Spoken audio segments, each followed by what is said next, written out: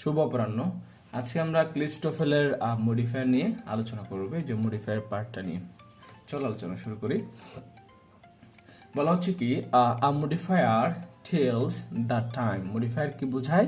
Time বোঝায়, place বোঝায়, or manner of the action, অথবা কাজের ধরন বোঝায়। ঠিক আছে, তার মানে মডিফায়ার কি বোঝায়? টাইম বোঝাবে, প্লেস বোঝাবে এবং ম্যানার অফ অ্যাকশন বোঝাবে। অর্থাৎ তার মানে আমরা এটা বলতে পারি যে মডিফায়ারকে আমরা অ্যাডভার্ব হিসেবে চিন্তা করতে পারি।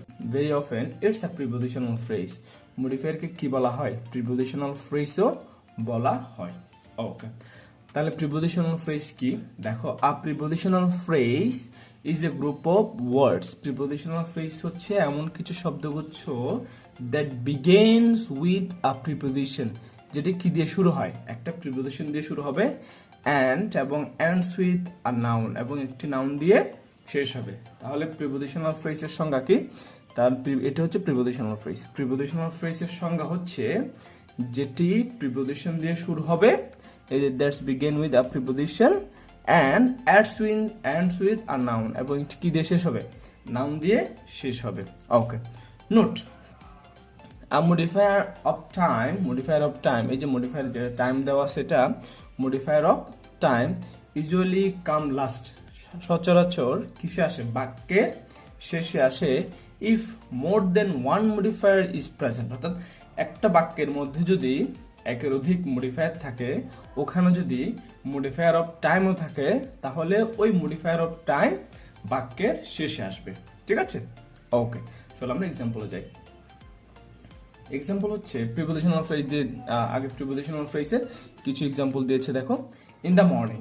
ইন দ্য মর্নিং এটা হচ্ছে কি একটা প্রিপোজিশনাল ফ্রেজ। কিভাবে? এই যে ইন প্রিপোজিশন দিয়ে শুরু হলো, মর্নিং নাউন দিয়ে শেষ হলো। ঠিক আছে, আচ্ছা।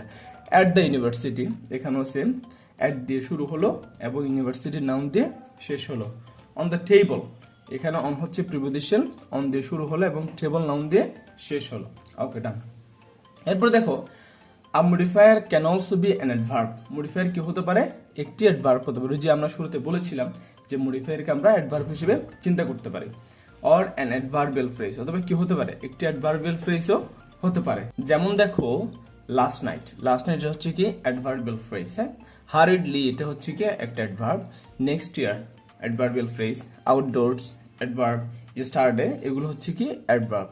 ওকে, তাহলে অ্যাডভার্বিয়াল ফ্রেজ কতগুলো, কোনগুলোকে বললাম? যেগুলো হচ্ছে দুইটা শব্দযুক্ত। ঠিক আছে, আচ্ছা। Note, every sentence doesn't require a modifier. প্রত্যেকটা সেন্টেন্সে কিসের দরকার নেই?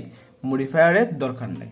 ওকে, তাহলে মডিফায়ার আমরা কিভাবে চিনবো? A modifier answers. Modifier answer করে কিসের?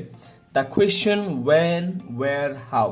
একটি বাক্যকে যখন আমরা ওয়েন, ওয়্যার এবং হচ্ছে হাউ দিয়ে প্রশ্ন করব, তখন মডিফায়ারটা পেয়ে যাব। ঠিক আছে, ওকে, দেখো এক্সাম্পল। দেখো, এক্সাম্পলস অফ মডিফায়ার।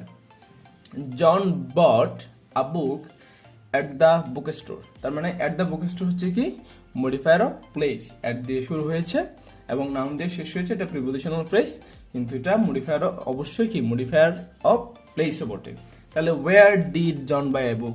জন থেকে একটা বই কিনলো, তার মানে অ্যাট দ্য বুক স্টোর, তার মানে হচ্ছে কি মডিফায়ার। ওকে, সেকেন্ড এক্সাম্পলে দেখো যে Jill was swimming in the pool yesterday. তো মানে ইন দ্য পুল হচ্ছে মডিফায়ার অফ প্লেস, আর ইয়েস্টারডে হচ্ছে মডিফায়ার অফ টাইম। তার মানে এখানে যেহেতু দুটি মডিফায়ার রয়েছে, সেজন্য মডিফায়ার অফ টাইম বাক্যের শেষে চলে গিয়েছে। আমরা একটু আগে পড়ে এসেছিলাম। তার মানে এই বাক্যটাকে যদি আমি ওয়ের দিয়ে প্রশ্ন করি, ওয়ের জিল ওয়াজ সুইমিং, এই যে ওয়ের দিয়ে প্রশ্ন করলো, ওয়ের জিল ওয়াজ সুইমিং, তার মানে কোথায়? In the swimming pool. Okay, তার মানে এটাও গেল। এরপর আমরা একটা হাউ দিয়ে দেখি। হি ওয়াজ ড্রাইভিং ভেরি ফাস্ট। তার মানে আমরা বলতে পারি হাউ ওয়াজ হি ড্রাইভিং? সে কিভাবে গাড়ি চালাচ্ছিল? তার মানে এটা উত্তর কি পাবো আমরা? Very fast. ঠিক আছে, আশা করছি বুঝতে পেরেছো। মডিফায়ার তাহলে কোন কোন প্রশ্নগুলো উত্তর দেয়? মডিফায়ার দেয় হচ্ছে ওয়েন, এই যে ওয়েন, ওয়্যার অর হাউ, এই তিনটা প্রশ্ন উত্তর দেখে মডিফায়ার। ওকে, চলো এরপরে যাই আমরা। Note, the modifier normally follows the complement. Modifier সাধারণত কিসের পর আসে? কমপ্লিমেন্টের পরে আসে। অর্থাৎ এক নম্বর সাবজেক্ট বসবে, ভার্ব বসবে, কমপ্লিমেন্ট বসবে, এরপর আসবে হচ্ছে মডিফায়ার। ক্লিয়ার? আচ্ছা, বাট নট অলওয়েজ, কিন্তু সব সময় নয়। হাউএভার, যাই হোক, the modifier specially when it is a prepositional phrase, modifier যখন বিশেষ মডিফায়ার যখন প্রিপোজিশনাল ফ্রেজ হবে বিশেষত, usually cannot separate the verb and complement, তখন ভার্ব এবং কমপ্লিমেন্টকে কি করতে পারে না, আলাদা করতে পারে না। আমরা একটু আগে বলেছিলাম কি subject plus verb plus complement plus modifier, ঠিক আছে? তাই এখানেও ঠিক সে কথাটা বলা হচ্ছে যে ভার্বের পর কমপ্লিমেন্ট বসবে, মডিফায়ার নয়। ওকে, ইনকারেক্ট একটা সেন্টেন্স দিয়েছি, দেখি যে she drove on the street the car. দেখো, শি এর পর শি হচ্ছে সাবজেক্ট, ড্রোভ হচ্ছে ভার্ব, কিন্তু এরপর অন দ্য স্ট্রিট কি চলে এসছে, মডিফায়ার চলে এসছে, মডিফায়ার অফ প্লেস চলে আসছে, তার মানে এটা হচ্ছে কি প্রিপোজিশন। আবার দেখো, মডিফায়ারটা প্রিপোজিশন দিয়ে শুরু হয়েছে, নাউন দিয়ে শেষ হয়েছে, এটা হচ্ছে আরেকটা কি প্রিপোজিশনাল ফ্রেজ। আর দাকার হচ্ছে কি কমপ্লিমেন্ট, তার মানে বাক্যটা ভুল। কেন ভুল? আমরা একটু আগে পড়েছি ভার্বের পর কি বসে, কমপ্লিমেন্ট বসে। সুতরাং সঠিক বাক্যটা কি হবে, correct is she drove the car on the street. তার মানে এখানে subject plus verb plus complement plus modifier. ঠিক আছে, আশা করছি বুঝতে পেরেছো। Okay, thank you.